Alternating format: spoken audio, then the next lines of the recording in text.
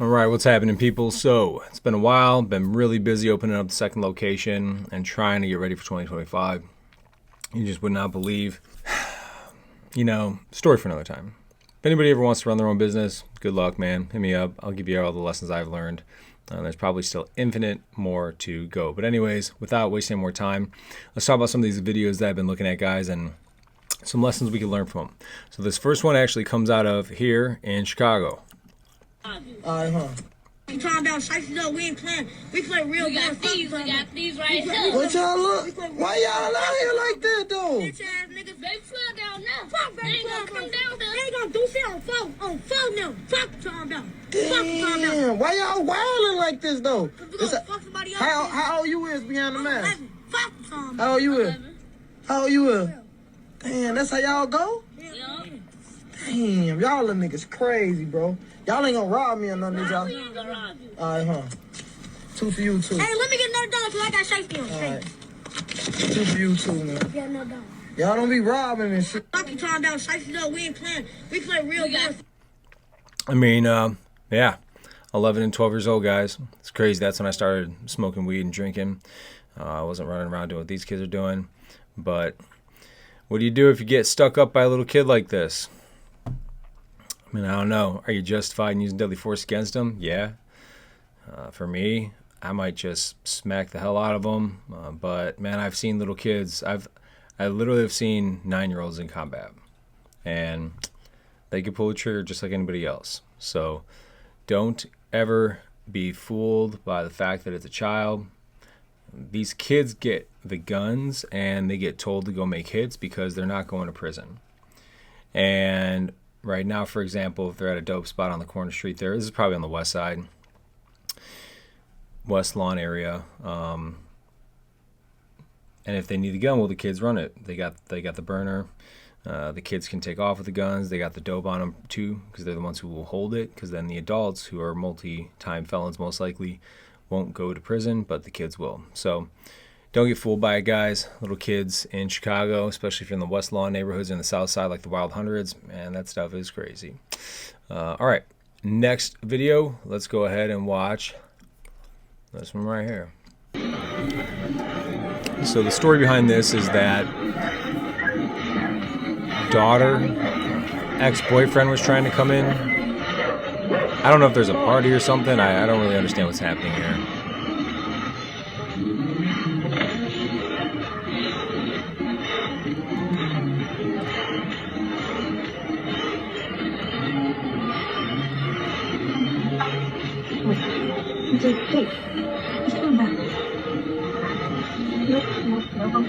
James, she doesn't want to talk to you.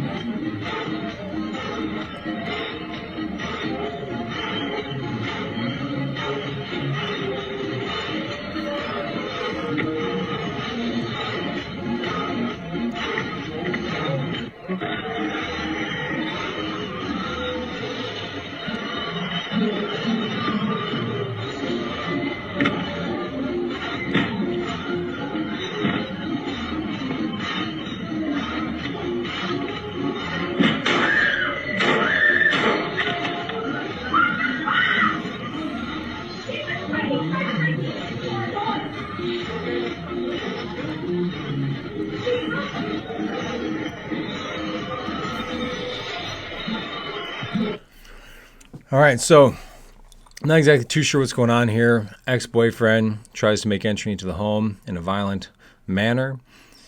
I don't know if there was an offer of personal violence to somebody in the dwelling. Perhaps this guy has an abusive history and past. Maybe not. I'm not too sure. Maybe it's just some kid who wanted to talk to his ex-girlfriend. Hormonal dudes. I've done crazy stuff my whole life as well.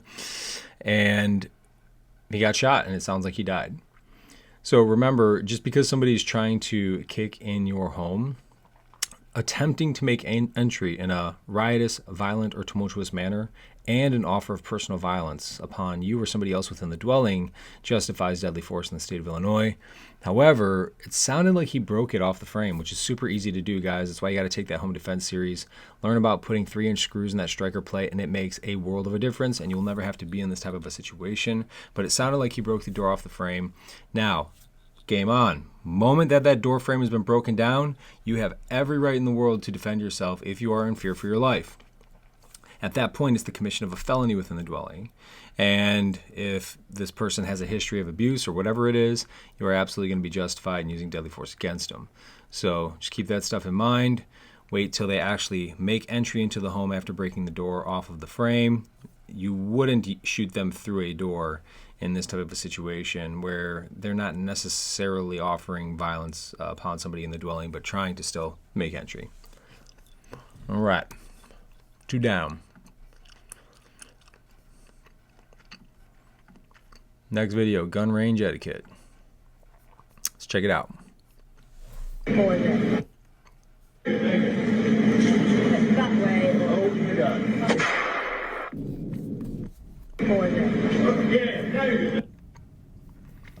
Okay, well, obviously there's a problem there. What happens here, guys, and this is why when you're in the class with me, and I'm telling you to aim it on the wall, and if I'm talking to you, you don't look at me. This is because I tell you to stay aimed in, right? Stay focused on what it is you're doing while I talk to you, while I talk to the class, while I demonstrate things.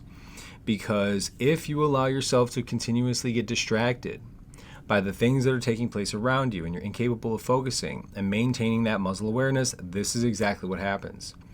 This woman has not been properly instructed by somebody who tried to give her that proper foundation and fundamental. And so what happens the moment that she turns around? Well, she ends up bringing the gun with her. Also, you can see her fingers on the trigger. Also, try putting the magazine in backwards. What I want to know is who's this guy? Like, men, come on. Don't be a dick to your girl, but take charge. Don't go shooting with them at a gun range if you've never shot before. Educate yourself first and then handle business like a man. The women in our group would all do better than this guy would, clearly. So remember, guys, it's important to do exactly what I'm saying because I'm building you up for success later on down the road, even when I'm not around.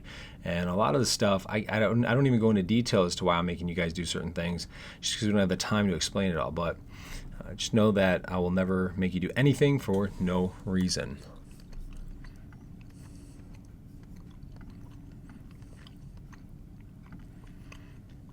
All right, next video is from 2020 out of Naperville. All right, you can take a picture and send it to me.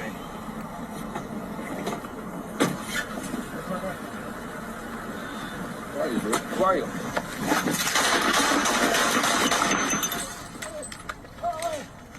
Base, I just been attacked. I just shots fired. Shots fired. Don't move. All right, you can take a picture and send it to me.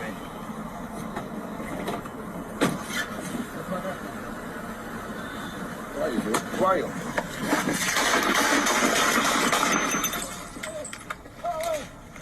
Base, I just been attacked. I just shots fired. Shots fired. All right, so I guess I was wrong. This is from 2022. I thought it was 2020.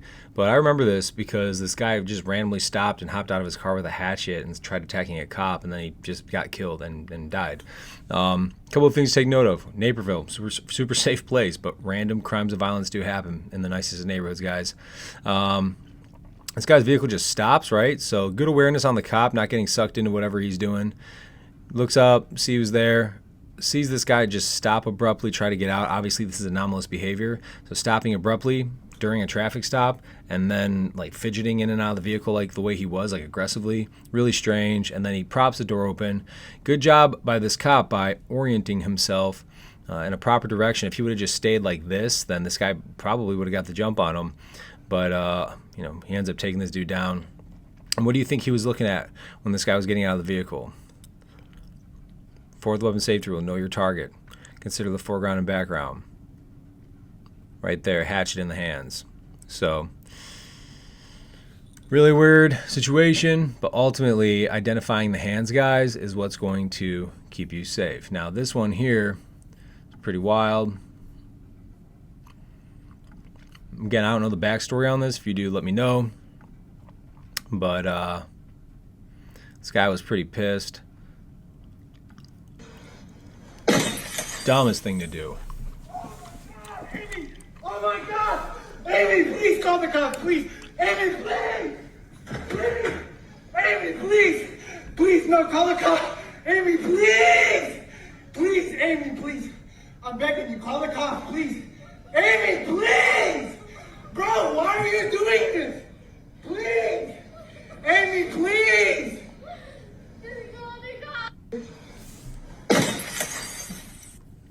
So I've seen people hurt themselves like this because they would punch through a window and then rip their arm out. And one guy in the Marines literally had an arterial bleed, a lot like this dude, and lost all the feeling in his hand. He couldn't use it anymore. He had to get separated from the Marine Corps because he got drunk and stupid and punched through a window and then ripped his arm out. And that's kind of what happened here. The guy kind of like swung and it chopped it down to the bone. I guarantee you severed his artery. You could tell because of the color of that blood there, bright red, probably frothy if you were up close to it. And what happens is, well, he starts to fucking bleed out of his arm. See, it comes squirting actually. That's how you really know it's an arterial bleed. And you could die, guys, like that wound right there. You could bleed out and die in under 60 seconds, easily. Now, what could you do to stop that type of a bleed if you're ever wounded in that type of a situation? Direct pressure. That's going to be your best bet. You can kind of see where the arm was cut right at the bend here. It's a really awkward spot. But you're going to have to put as much pressure as you possibly can, like into that joint area or right on top of it. Remember, towards the bone, towards the heart. That's where you want to be applying that pressure. It doesn't do you any good to put pressure out here because all the blood's coming from this way. So if you could, obviously take your belt off, throw a tourniquet around like your bicep, get that thing cinched down tight, get, like in this example is a pretty bad one. Maybe the girl who comes out, her shirt, take it off, ball it up, stick it into the joint, and then apply some massive, massive pressure. That's going to be a very difficult bleed to stop, though. You might even be best, honestly, just literally sticking your hand in the wound, which is going to be very difficult to do for yourself. But, man, the thing about this, guys, is that stopping a bleed is actually not that difficult. Pressure will usually give you a lot of good time, but I don't know what the deal is. Maybe this is like his ex-wife or his ex or something like that, and I don't know. Just don't lose your cool, guys. Don't ever lose your cool. All right. Next one. Apparently this guy was on the porch and said something to the doorbell, so this guy came out to confront him with a gun in his hand. You want to square up? Then let's drop the gun. Who is you? What? I don't know who am I, bro? Who is you? I don't know. Huh? Oh my God.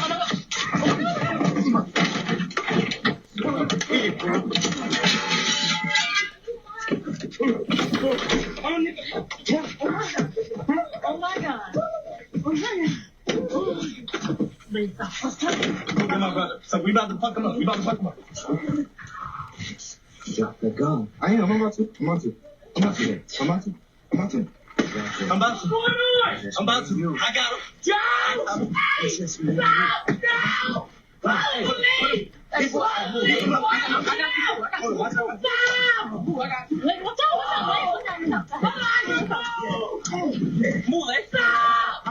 wouldn't you pull your pants up?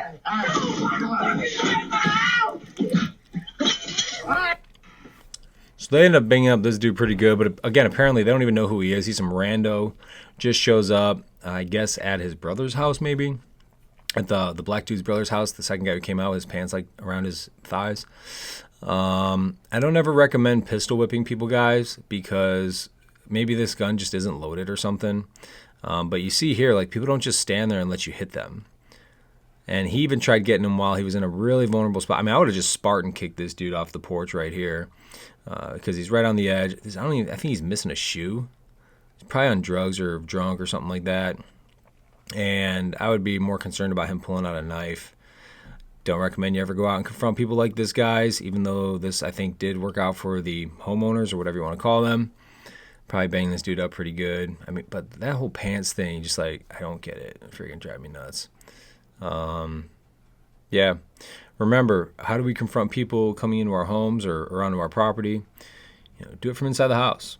get one of those burn and pepper launchers, blast this dude in the face. I guarantee you he's not going to be standing there saying, let's square up. He's going to be taking off running, screaming, crying like a girl.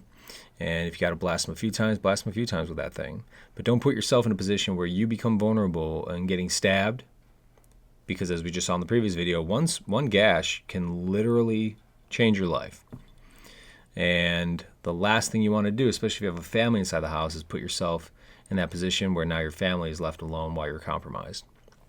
So, yeah, another weird video, but something to check out. And then lastly, this one was pretty nuts.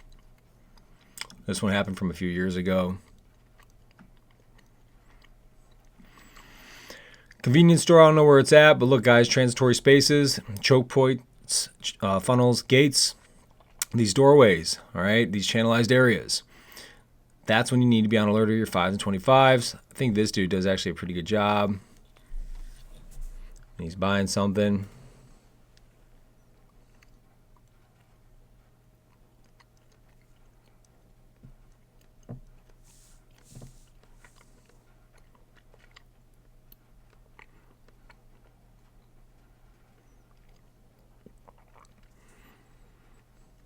Yeah, this is wild.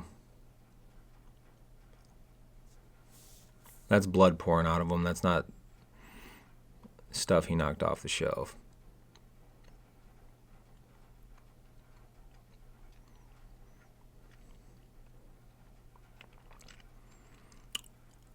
That dude, he just shut the fuck up. So, what is going on here in this video? Well, one, there's a bike here at the front of the door, which is probably this guy's, I'm guessing. I don't know. And then when they come walking in, you know, choke points, they got their masks up, hoods up. They come running in there, hands, waist, face. I think this security guard must have saw them coming from outside or something like that, because he came around here with his, I think he's on the cell phone with the cops or something. Right here, gets the first shot off, bam. Pretty sure he hits this guy too.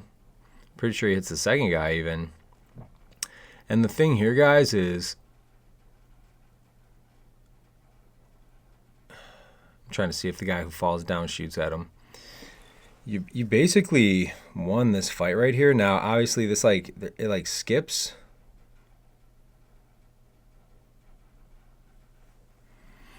What it seems like is this dude went pursuing after him